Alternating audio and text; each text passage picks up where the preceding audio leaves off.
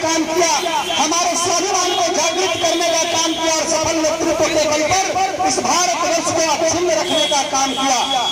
स्वाधीनता संग्राम में हम बहुत सारे महापुरुषों के बारे में पढ़ते और सुनते हैं, लेकिन श्री कृष्ण बाबू की जब बात आती है तो उनका छवि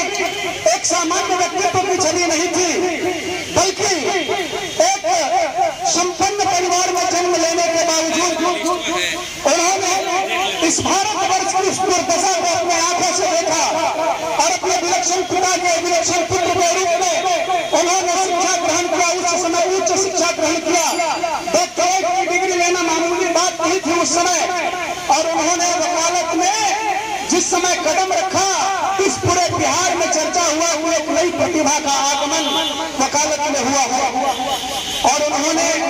जब स्वाधीनता का बिगुल बजा, महात्मा गांधी जी ने स्वाधीनता का जब बिहार के अंदर राज छेड़ने का काम किया,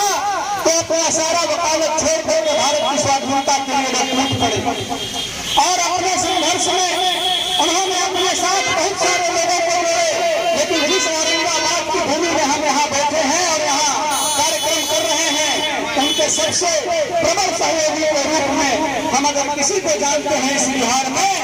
के बाद अगर बिहार की तस्वीर और तस्वीर बदली तो उसमें अगर श्री कृष्ण बाबू का नेतृत्व क्षमता था, तो उस समय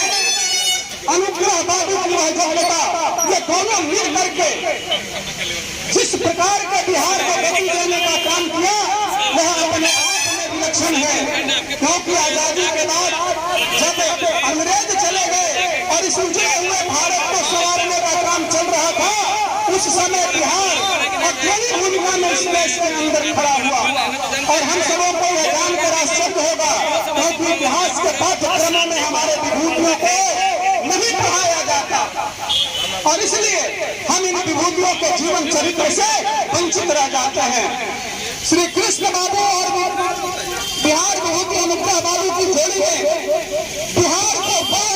रास्ता दिखाया जिसमें बिहार पूरे देश के सभी राज्यों को लेकर जब भारत प्रगति कर रहा था, तो भारत में बिहार दूसरे स्थान पर प्रगति करने वाला राज्य बना। और बिहार के अंदर एशिया का सबसे बड़ा कारखाना एचईसी में लगा संयुक्त बिहार में। बिहार के अंदर बोकारो स्टील सिटी प्लांट लगा, बिहार के अंदर सीपी लगा, बिहार के अंदर विश्वविद्यालय खोलने लगे, बिहार के अंदर चीनी के मिलों की श्रृंखला खड़ी हुई, बिहार के अंदर लगातार रोजगार के काम हुए, बिहार के अंदर कृषि अनुसंधान के लिए विश्वविद्यालय खोले गए, बिहार का कृषि, बिहार का उद्योग धंधा इस प्रकार से आगे बढ़ने लगा कि बिहार के आज नौजवान जो दूसरे राज्यों में नौकरी और रोजगार पाने के लिए जाते हैं, बिहार के कल कारखानों में दूसरे राज्य के इंजीनियर और मजदूर आकर बिहार के अंदर काम कर रहे थे। ये बिहार की तस्वीर और तकदीर थी।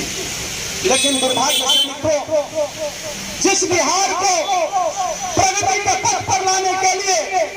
अपने समाज का मोह उन्होंने नहीं देखा, आज बिहार के अंदर जातिवाद का जीवन लगाने वाले नेता हम लोगों के बीच पाए जाते हैं, तो जाति के आधार पर अपने आप को खड़ा करते हैं और अपने परिवार और वंशवादी राजनीति को आगे बढ़ा करके पद पाने का नित्य नया चक्र रचते हैं। लेकिन जब बिहार केसरी अपने पूरे दम के साथ राजनीति में आगे थे, तो उनकी केवल दो बातें आपको स्मरण कराकर अपनी बात को समाप्त करूंगा। पहली बात यह है कि जिस जातिवाद की आग में आज बिहार झुलस रहा है और बिहार जिस तरह से अधोपतन की ओर जा रहा है,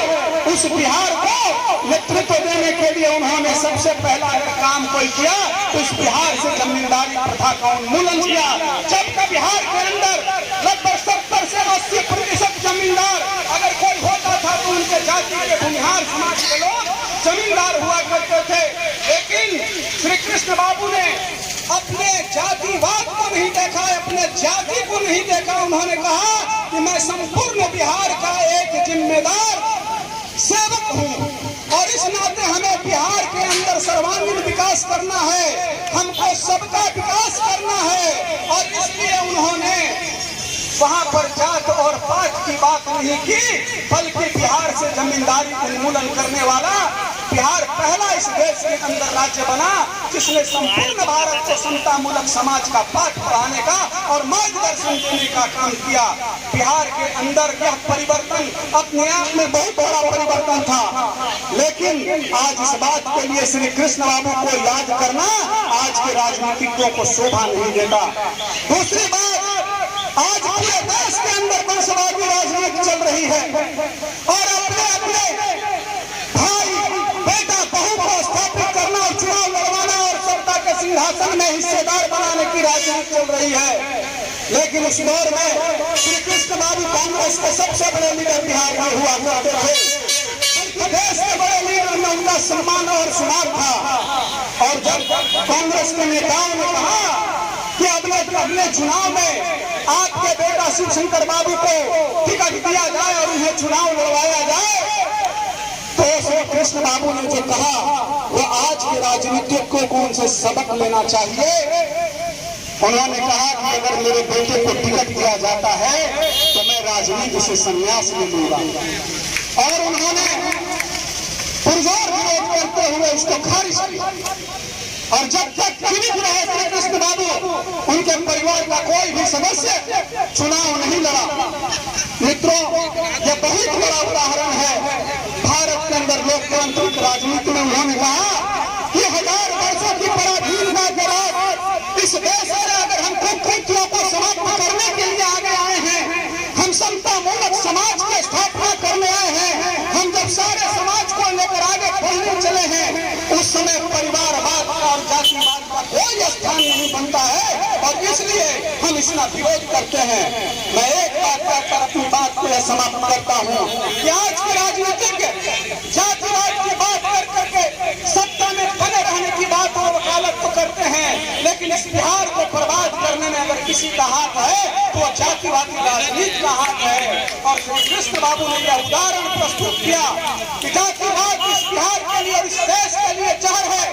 वंशवाद की राजनीति इस देश के लिए और बिहार के लिए जहर है, और इस जहर को हम फिर से पनपने नहीं देंगे। और जीवन भर उन्होंने इसका विरोध किया और बिहार को प्रगति के उस पथ पर लेकर के आगे बढ़े। आज के नेता, राजनेता और सत्ताधीश भले कहते रहे कि हम बिहार को बहुत प्रगति का दे रहे हैं पथ, हम बिहार में क्या परचम लहरा रहे हैं, लेकिन डॉक्टर श्री कृष्ण सिंह ने बिहार की संरचना की थी और जिस बिहार का प्रशासनिक ढांचा खड़ा किया था, जिस प्रकार से बिहार का विकास किया था, वह आज भी आईना है। अगर क्षमता है नेताओं को, मैं सारे दल के लोगों को कहना चाहता हूँ कि श्री कृष्ण बाबू के व्यक्तित्व को दलगत राजनीति से ऊपर उठ करके उन्हें आदर्श मानना चाहिए, और उनके पद चिन्हों पर जब तक नहीं चलेंगे तब तक बिहार का कायाकल्प होने वाला नहीं है। मैं इस मंच से मांग करता हूँ कि भारत की सरकार और बिहार की सरकार निर्विवाद रूप से किसी भी द्वेष और राजनीतिक दुर्भावना से ऊपर उठ करके बिहार के श्री कृष्ण बाबू को भारत रत्न देने की मांग करे। और मैं इन दोनों जुगल जोड़ी, आज औरंगाबाद की पावन धरती अनुग्रह बाबू की धरती है, जिनके प्रयास से, जिन दोनों मित्रों के प्रयास से यह बिहार स्वर्णिम बिहार बनने की ओर चला था और स्वर्णिम बिहार की गाथा लिखने चला था, उस जुगल जोड़ी को मैं आज यहाँ इस मंच से नमन करते हुए अपनी बात